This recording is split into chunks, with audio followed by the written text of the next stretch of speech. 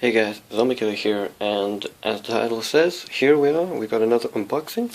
So today we have the Xbox 360 wireless receiver for PC. So let's just go ahead and open the Amazon box here, which I have already opened ready so it's easy to get out. Just need to set light. So that's it. Simple packaging. So let's just open up the packaging and we'll get into it. Is this not openable, this bag? Or is it... No? Okay, maybe not. It is now. So when you get this... Okay, we'll get everything out and then we'll talk about it. Same as usual. Okay. So let's spread everything out if we can. Get nice things going here. Okay, so when you get the Xbox 360 wireless receiver for PC, first thing you get, obviously, is the disc. This is so then you can install the drivers, so that's always useful. You get an instruction manual, which tells you about how to, getting it set up and things like that. See, make sure you get your disc in, connect the controller. You've got a piece of paper which I don't know what that is. Just says the model number. Then we got the guide as well. So it comes with another guide which shows us remote control batteries on aircrafts. A little rubbish really. Radio frequencies, I don't really need to know anything about that. So then you get, obviously, here is the actual receiver itself. As you can see, it's quite small. It's not a very big thing at all, which is very nice. You get quite a lot of cable here, as you can see. So that's very useful because then you can plug it into the back of your machine and then you can like sit it on your desk and stuff like that. You get a very small little piece of like a sticker idea thing on it, which tells you not to bin it. That's about it. Tells you it's like model number, I think that's what that says. Yeah. Okay, so what I'm going to do now is I'm going to go ahead and plug this in. I'm going to go ahead and plug this in, start getting it used, and I'll probably do some more video on it. Okay guys, so I went ahead and as you can see I've plugged in the wireless receiver into my computer and connected it up to my limited edition controller. So it's pretty simple to do this, so I'll just run you through the steps. The first thing you need to do obviously is to actually plug in the device, which I did do. So you plug that in. If you're on Windows 7, and maybe Windows Vista, don't hold me to it, but I would assume Windows Vista is not too far away, that if you plug in this device, then Windows will automatically detect it and install a driver from the Windows, Windows Update, I think, is where they get the drivers.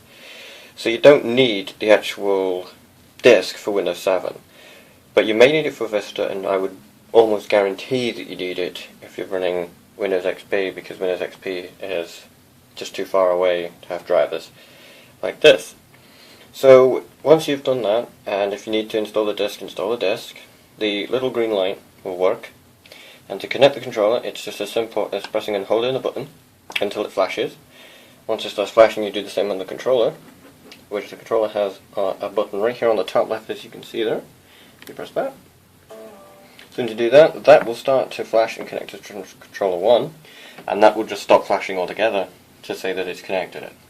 Once they're all connected, it means life's good, because you can now use your controller. So as you can see on the screen somewhere now, the actual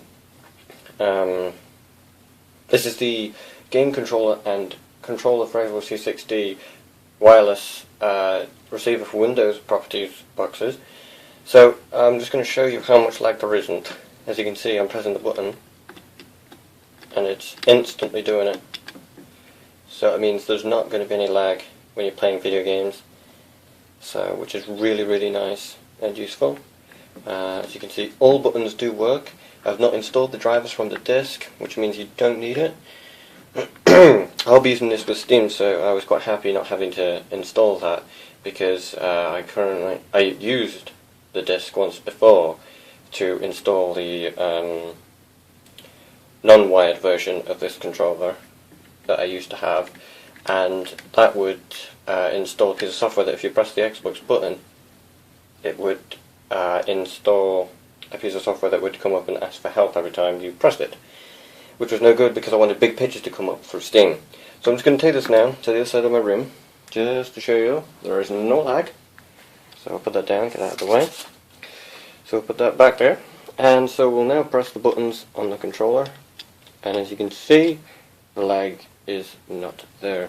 If there is any lag and someone can see some lag, then you've got a faster eye than I have, because I can't see any lag at all, and I have actually been playing with this for a few minutes now. So as you can see, all of the buttons work fully functioning wirelessly. So if we can pick this back up and take it back over there. And that's it. And that's pretty much all there is to know about this, really. So that's pretty much it. So before I go on and get out of here, I'm just going to say a huge thank you and a huge shout out to TDHT. I'm going to say a huge thank you and a huge shout out to TWH Gamer, as he actually funded this because he wanted a wired controller, or another one anyway. So I had one and I offered it to him, and he said he'd get me this wireless receiver so I can use the wireless controller. So if it wasn't for him, I would not be here making this video or making any more or playing any games wirelessly. So huge thank you to him.